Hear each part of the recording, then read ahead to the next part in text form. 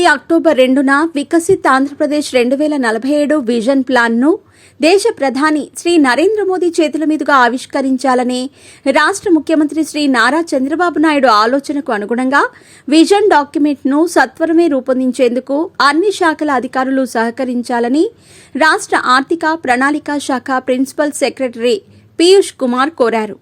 నీతి ఆయోగ్ ఇప్పటికే రూపొందించిన ముసాయిదా విజన్ డాక్యుమెంట్లో రాష్ట్రంలో అందుబాటులో ఉన్న వనరులు, పరిస్థితులు, అభివృద్ధికి గల అవకాశాలకు అనుగుణంగా తగిన మార్పులు చేర్పులు చేసే అంశంపై అధికారులు ప్రత్యేక శ్రద్ధ చూపాలన్నారు. ఆరోగ్యం, శ్రేయస్సు, ఆర్థిక వృద్ధి, సామాజిక పురోగతి, పర్యావరణ సుస్థిరత, స్థిరమైన అభివృద్ధి మరియు సుపరిపాలన వంటి వివిధ అంశాలను దృష్టిలో ఉంచుకొని వికసిత్ ఆంధ్రప్రదేశ్ 2047 విజన్ ప్లాన్ను రూపొందించేందుకు అవసరమైన సూచనలు, సలహాలు అందజేయాలన్నారు.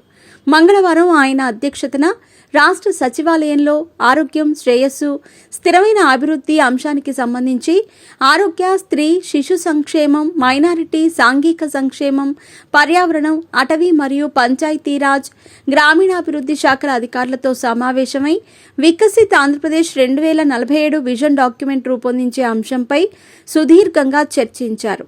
ఈ సమావేశంలో ఆరోగ్య శాఖ స్పెషల్ సిఎస్ ఎంటి కృష్ణబాబు, పర్యావరణం, అటవీ శాఖ స్పెషల్ సిఎస్ జి అనంతరాం, స్త్రీ శిశు సంక్షేమ శాఖ సెక్రటరీ ఎస్ సూర్యకుమారి, మైనారిటీల సంక్షేమ శాఖ సెక్రటరీ కె హర్షవర్ధన్ తదితర అధికారులతో పాటు నాలెడ్జ్ పార్ట్నర్ అయిన టాటా ట్రస్ట్ ప్రతినిధులు పాల్గొన్నారు.